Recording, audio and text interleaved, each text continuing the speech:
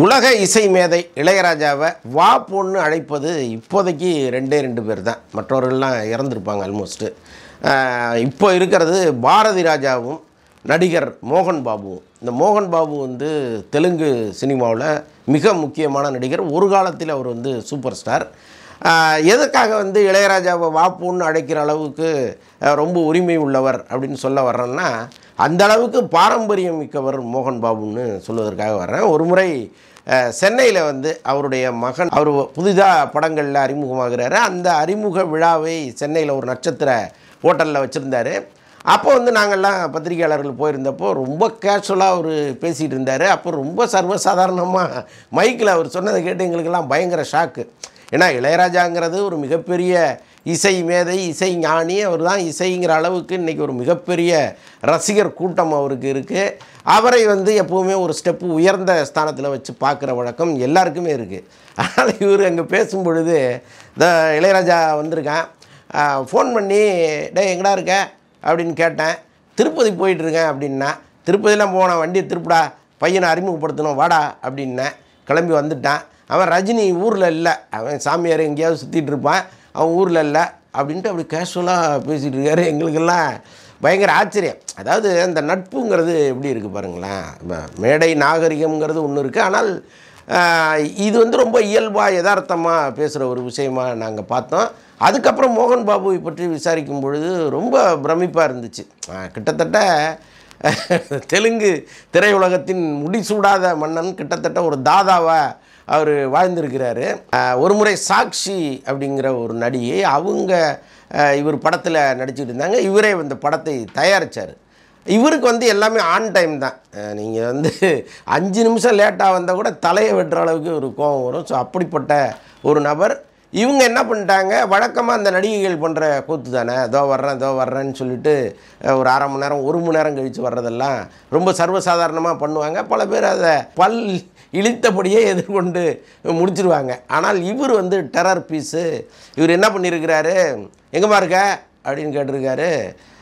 நான் வந்து வந்துகிட்ருக்கேன் சார். வந்துட்டுருக்கேன்னா எங்கே வந்துட்டுருக்கேன் அதை சொல்லு அப்படின்னா, இல்லை சார் அதை வந்து அதெல்லாம் இல்லைம்மா, நீ எங்கே இருக்க அதை சொல்லு, வந்துகிட்ருக்கேன்ல, எந்த ஸ்பாட்டில் இருக்க சொல்லு அப்படின்னோடனே அவங்க ஏதோ ஒரு ஸ்பாட்டை சொல்லியிருக்காங்க. நீ அங்கேயே நகரவே கூடாது, நீ அங்கேயே நிற்கணும், இதோ நான் வர்றேன்னு கார் எடுத்துகிட்டு கிளம்பிட்டார்.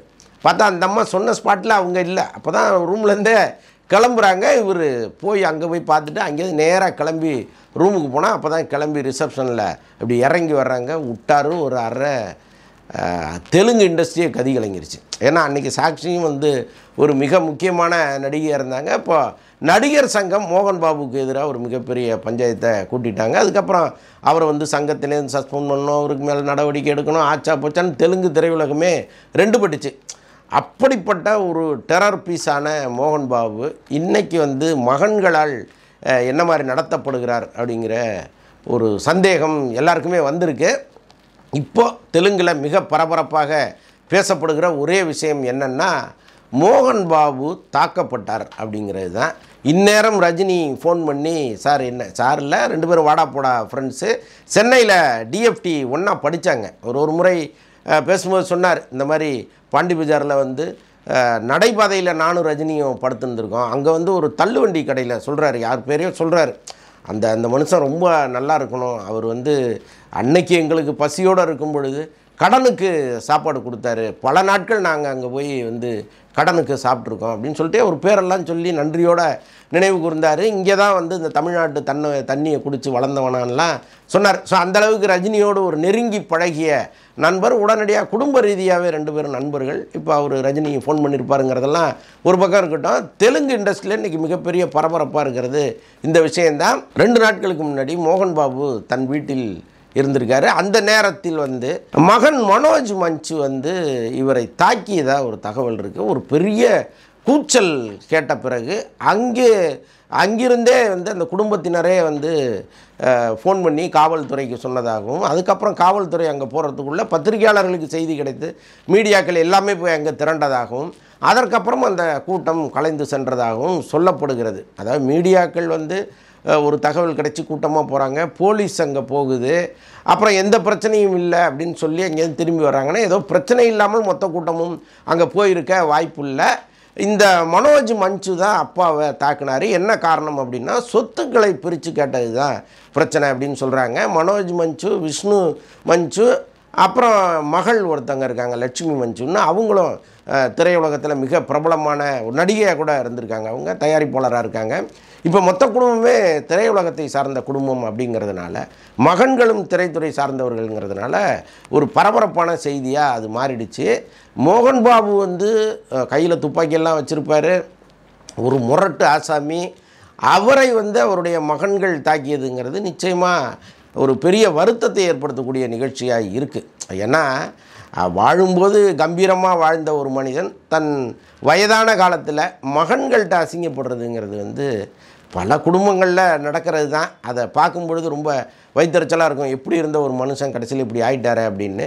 கிட்டத்தட்ட அந்த நிலைமை மோகன் பாபுக்கு ஏற்பட்டிருக்கிறதா நம்ம பார்க்க வேண்டியதாக இருக்குது. இன்றைக்கி என்ன நடந்திருக்கு அப்படின்னா, மனோஜ் மஞ்சு வந்து உடனடியாக ஒரு விளக்கத்தை கொடுத்துருக்கிறாரு. அதில் என்ன சொல்கிறாருன்னா, இப்போது வருகிற எல்லா தகவல்களுமே தவறானது, அப்படி ஒரு சம்பவமே நடக்கலை, நான் அங்கே போகவே இல்லை அப்படின்னு சொல்கிறாரு. வேணும்னா நீங்கள் என்னுடைய ஃபோன் சிக்னலை வந்து ட்ராக் பண்ணி பாருங்கள், அங்கே இருக்கிற சிசிடிவி கேமராவெல்லாம் பாருங்கள், எங்கேயுமே நான் வந்ததாக இருந்ததுன்னா நீங்கள் சொல்லுங்கள், நான் என்ன வேணாலும் கேட்குறேன். இப்படி ஒரு சம்பவம் நடக்கவே இல்லை, எங்கள் குடும்பத்தின் மீது திட்டமிட்டு நடத்தப்படுகிற தாக்குதல் இது, நான் அப்பா மேலே மிகுந்த மரியாதை வச்சுருக்கேன் அப்படின்லாம் அவர் சொல்கிறாரு. இதெல்லாம் விசாரித்து பொதுமக்களுக்கு சொல்ல வேண்டிய கடமை வந்து காவல்துறைக்கு இருக்குது. ஏன்னா ஒரு சாதாரண நபர், அவருக்கு இவ்வளவு பிரச்சனை அப்படின்னா எப்போவுமே இந்த சமூகம் கண்டும் காணாமலும் கடந்து போயிடும். ஏன்னா மோகன் பாபு வந்து சாதாரண மனிதர் அல்ல, அவர் வந்து இன்றைக்கி சமூகத்தில் மிக மிக முக்கியமான இடத்துல இருக்கிற ஒரு மனிதர். அவர் குறித்து வருகிற இந்த தகவல்களை உடனடியாக விசாரித்து சொல்லிட்டா தெலுங்கில் இருக்கிற பல்லாயிரக்கணக்கான மக்கள் ஒரு நிம்மதி பெருமூச்சு விடுவாங்க. மகன் மனோஜ் வந்து மோகன் பாபு அடிச்சிட்டாரு அப்படின்னு சொல்கிறத கேட்குறதுக்கு நமக்கு ஒரு பக்கம் சங்கடமாக தான் இருக்குது. அதே நேரத்தில் இந்த மகன்களை பெற்றோர்கள் எப்படி பாதுகாக்கிறாங்க, எப்படி இந்த சமூகத்தில் அவங்கள வந்து ஒரு மிகப்பெரிய ஆளாகணும்னு நினச்சி சில வேலைகள் செய்கிறாங்க அப்படின்லாம் பார்த்தா, இந்த மகன்கள் அப்பா மேல் காலத்திற்கும் ஒரு பெரிய மரியாதையோடு இருக்கணும். அதுதான் உண்மை. இப்போ பாருங்களேன், மோகன் பாபு வந்து சென்னையில் வந்து தன் மகனை அறிமுகப்படுத்தணும்னு ஏதாவது அவசியம் இருக்கா? அந்த பையனை தெலுங்கில் ஒரு பெரிய நடிகராக்கி அப்படி தெலுங்குலேயே ட்ராவல் பண்ண வச்சுருக்கலாம். ஆனாலும் தான் வாழ்ந்த இடம் இது, இந்த பாண்டி பஜாரில் நம்ம அவ்வளவு கஷ்டப்பட்டிருக்கோம், பிளாட்ஃபார்மில் தூங்கியிருக்கோம், அந்த ஊரில் தன் மகனையும் ஒரு நடிகனாக்கணும்னு அவர் நினைக்கிறாரு. அந்த படத்தை இங்கே டப் பண்ணி வெளியிடணும்னு நினைக்கிறாரு. அதை சாதாரணமாக செஞ்சிடக்கூடாது. ஒரு முக்கியமான நபர்கள்லாம் வந்து நம்ம பையனை வந்து வாழ்த்தணும்னு நினச்சி இளையராஜாங்கிற ஒரு மகா பெரிய இசை ஞானியை கூப்பிட்டு வந்து அங்கே என் பையனை ஆசீர்வாதம் பண்ணுங்கன்னு சொல்கிறாருன்னா, அவர் மகன் மீது எவ்வளவு அன்பு வச்சுருக்கணும், மகனை எந்த இடத்துல கொண்டு போய் வைக்கணும்னு அவர் நினச்சிருக்கணும். ஸோ இதெல்லாம் இந்த மகன்கள் ஏன் புரிஞ்சுக்க மாட்டேங்கிறாங்க அப்படிங்கிறது தான் முக்கியமான கேள்வியாக இருக்குது. இப்போ அவர் மனோஜ் சொல்வதில் உண்மை இருக்கலாம், பொய்யும் இருக்கலாம், அது நமக்கு தெரியாது. ஏன்னா இந்த மனோஜ் குறித்து நிறைய தகவல்கள் அப்பப்போ பத்திரிகைகளில் வரும், எல்லாமே அடிதடி தகராறுகளாக தான் இருக்குது. இது வந்து தெலுங்கு பத்திரிகையாளர்களுக்கு நல்லாவே தெரியும் அவருடைய கேரக்டர் என்னென்னு. எப்போவுமே அப்பா வந்து ஒரு நாட்டு துப்பாக்கியாக இருந்தால் பையன் AK-47 இருப்பாங்கிறதுல ஒன்றும் மாற்றுக்கிறதே கிடையாது. அவர் எப்படி ஒரு டெரர் பீஸோ அவரை விட ஒரு பெரிய டெரர் பீஸாக தான் இவர் இருக்கார், அதில் ஒன்றும் சந்தேகமே இல்லை. அதே நேரத்தில் தன்னுடைய அப்பா தன்னை எந்த அளவுக்கு வளர்த்துருக்கிறாரு, எப்படியெல்லாம் இந்த சமூகத்தில் நம்மளை ப்ரொஜெக்ட் பண்ணணும்னு அவர் நினச்சிருக்காரு அப்படின்லாம் மகன்கள் ஒரு நிமிஷம் நினச்சாங்கன்னா இந்த மாதிரி அசிங்கங்கள் பெரிய பணக்கார குடும்பங்களில் நடக்கவே நடக்காது. ரொம்ப பிளாட்ஃபார்ம்லேருந்து வளர்ந்து வந்த மோகன் பாபு இன்றைக்கி பல நூறு கோடிகளுக்கு அதிபதியாக இருக்கார். அதை பிரித்து கொடு, இப்போவே பிரித்து கொடு அப்படிங்கிறது எந்த விதத்திலும் ஏற்கத்தக்கது அல்ல. நிச்சயமாக அவருடைய காலத்திற்கு பிறகு அது வந்து ஈக்குவலாக பிரிக்கப்பட்டு உங்களுக்கு வரத்தான் போகுது. அதுக்குள்ளே ஒரு பெரிய சண்டைங்கிறது ஏங்கிறது தான் நமக்கு புரியல. ரஜினி ஃபோன் பண்ணி பேசியிருப்பார் அப்படின்னு நான் சொன்னேன். இந்த ஃபோன் பண்ணி விசாரிப்பதோடு அவர் நின்று விடக்கூடாது. ஏன்னா அவரும் இவரும் வாடா போடா நண்பர்களாக இருக்கும் பொழுது அந்த குடும்பத்தோடு இவர் எப்படி நெருங்கிய ஒரு நட்பு வச்சுருப்பார் அப்படிங்கிறத நிச்சயமாக நம்மளால் புரிஞ்சுக்க முடியும். அந்த குடும்பத்தில் இருக்கிற அந்த குழந்தைகளும் ரஜினிக்கு வந்து கிட்டத்தட்ட மகன்கள் மாதிரி தான். ஸோ அப்படிப்பட்ட சூழலில் அவரே இதில் இறங்கி தலையிட்டு தம்பி என்னாச்சுப்பா அப்படின்னு கேட்டு இதை சமரசப்படுத்துவது ரொம்ப முக்கியமான விஷயம். இந்த சம்பவம் மோகன் பாபு வீட்டில் நடந்த இந்த சம்பவமே ரஜினிக்கு எத்தனை நாள் கழித்து போய் சேரும்னு எனக்கு தெரியல. அந்த சந்தேகமும் கூடவே இருக்குது. ஏன்னா இப்போ திருவண்ணாமலையில் நிலச்சரிவு ஏற்பட்டு ஒரு 7 பேர் உயிரிழந்த சம்பவம் உலகத்தையே உழுக்குச்சு. உலகத் தமிழர்கள் அத்தனை பேரும் அதற்காக பிரார்த்தனை பண்ணாங்க. அடடா இப்படி நடந்துருச்சே அப்படின்னு சொல்லி ரொம்ப கவலை வடித்த முகங்கள் நிறைய உண்டு. ஸோ அப்படிப்பட்ட சூழலில் அவர் தினந்தோறும் பேப்பர் படிக்கிறாரா படிக்கலையா, செய்தித்தாள்கள் பார்க்குறாரா, செய்தி சேனல்களை பார்க்குறாரான்னு நம்மளால் புரிஞ்சிக்க முடியல. ஏன்னா இப்போ நேற்று ஏர்போர்ட்டில் அவர்கிட்ட கேள்வி கேட்கும் பொழுது அவர் ரொம்ப அதிர்ச்சி அடைகிறார். என்னது நிலச்சரிவா அப்படியா அப்படின்னு கேட்குறாரு. அது நமக்கு பெரிய ஷாக்கிங்காக இருக்குது. அவர் கேட்டது தான். நிலச்சரிவு ஏற்பட்டது ஒரு பக்கம் ஷாக்கிங்காக இருந்தால் கூட ரஜினி இப்படி கேட்குறாருங்கிறது ஒரு மிகப்பெரிய ஷாக்கிங்காக இருந்துச்சு.